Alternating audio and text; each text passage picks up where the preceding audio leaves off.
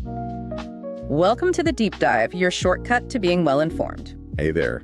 Today, we're diving into the second quarter 2025 earnings call for a really big name in connected TV, a company making some, well, pretty significant strategic shifts lately. You sent us the full readout, so our job today, distill the most crucial insights for you. Yeah, and this call, it's a fascinating look, really, at how the whole media landscape is shifting, especially towards streaming and how that's hitting the ad world and, what it means for platforms that are actually set up to grab that opportunity.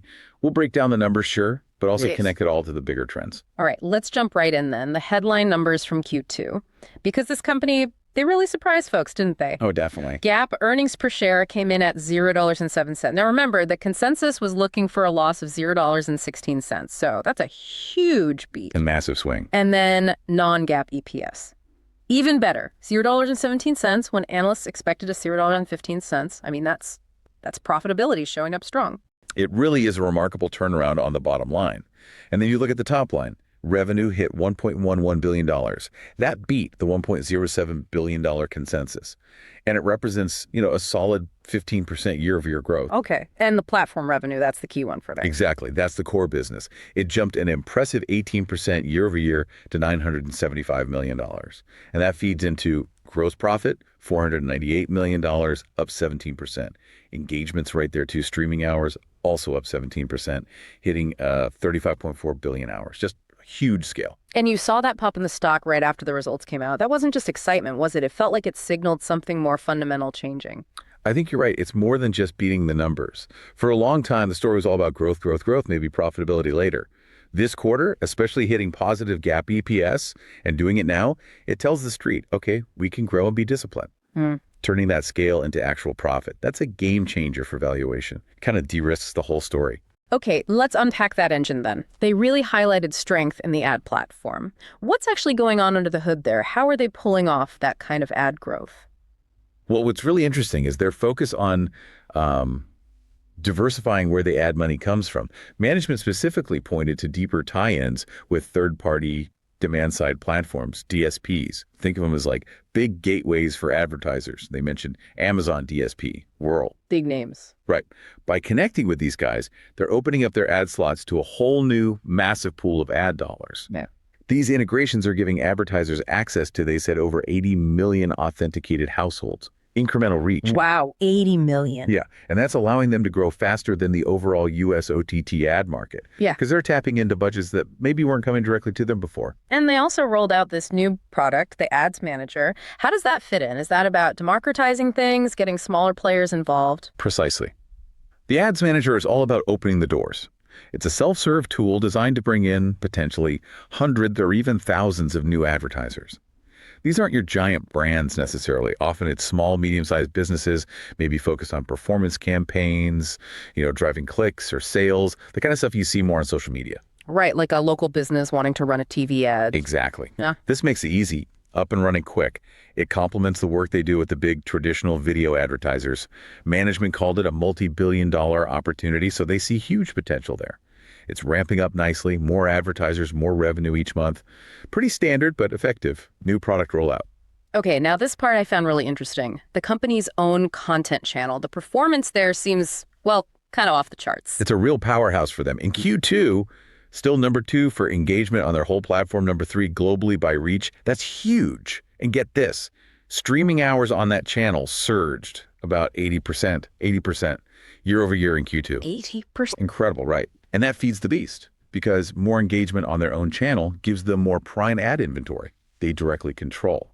Now, they did say expect that growth rate to, moderate a bit.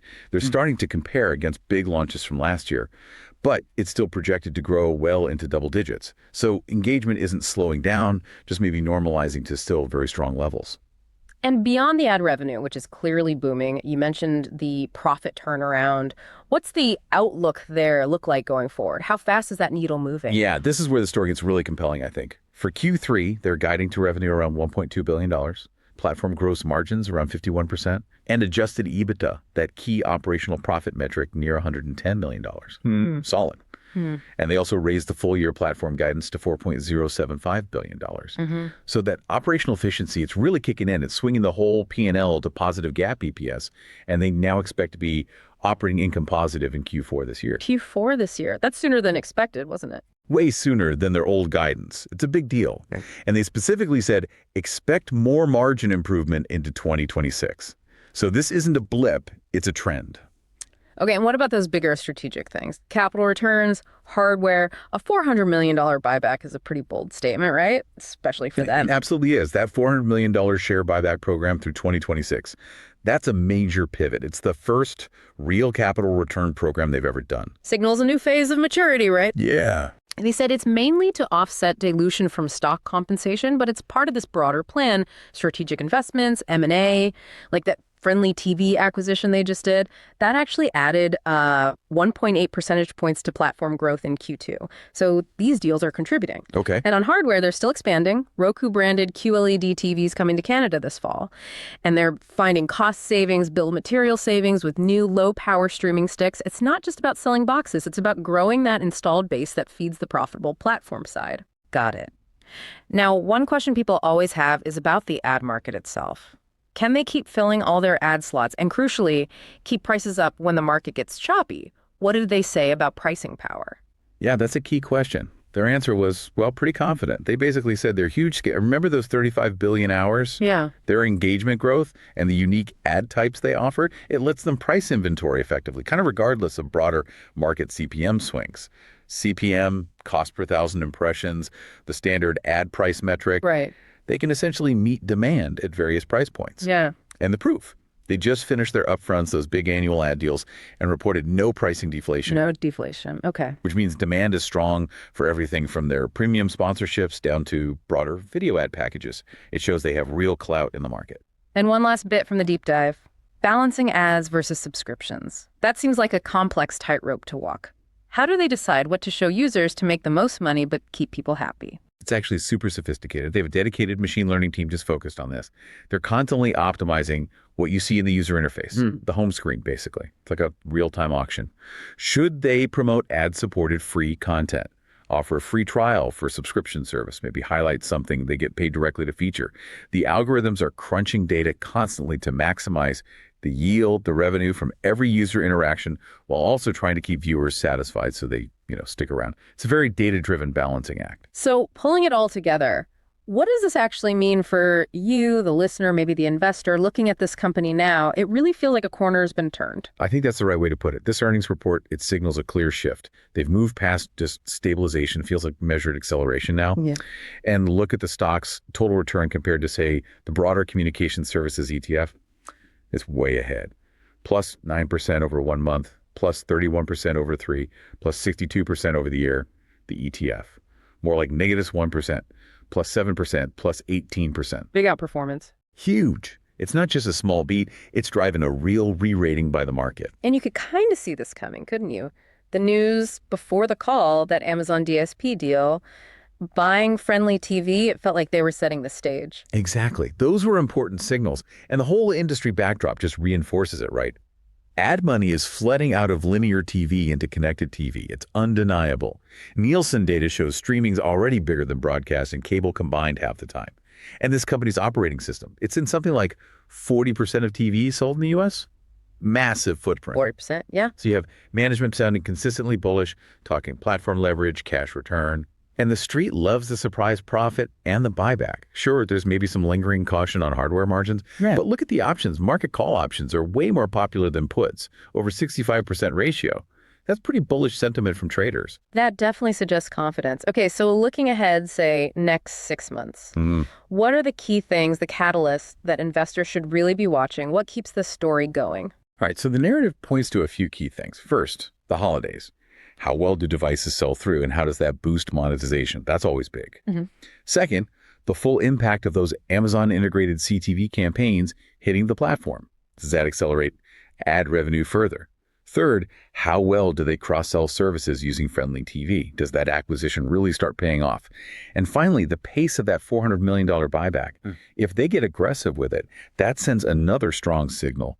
Put those together and you could really solidify this shift from just a turnaround to a growth plus capital return story. Yeah. And if they keep executing, maybe the stock's multiple expands even more. All right, now for the part everyone tunes in for, our wild yet plausible trade idea. And remember, folks, this is just for discussion, illustration. It is absolutely not financial advice. Please do your own homework. Okay, disclaimer delivered. So, given everything we've talked about, the strong trends, the accelerating profit, the capital return signal, that bullish options vibe, my pitch would be something like this. Long-dated, out-of-the-money call options on this company.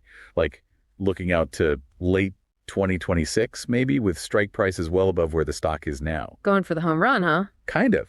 It leverages that bullish sentiment and tries to capture the upside if platform revenue and profits really take off even faster than analysts expect.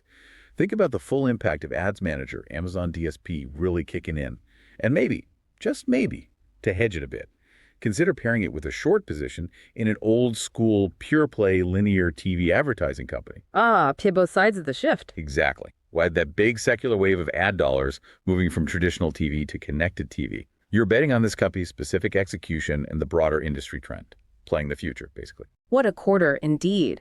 It seems crystal clear this company is not just talking the talk anymore. They're walking the walk, executing strategy, delivering financially, making smart moves. They really seem well positioned. It's like they found the formula to turn all that engagement into actual profit. I agree. That clear shift to profit, the platform revenue really picking up steam, committing to give cash back to shareholders, it all points to much better execution and credibility.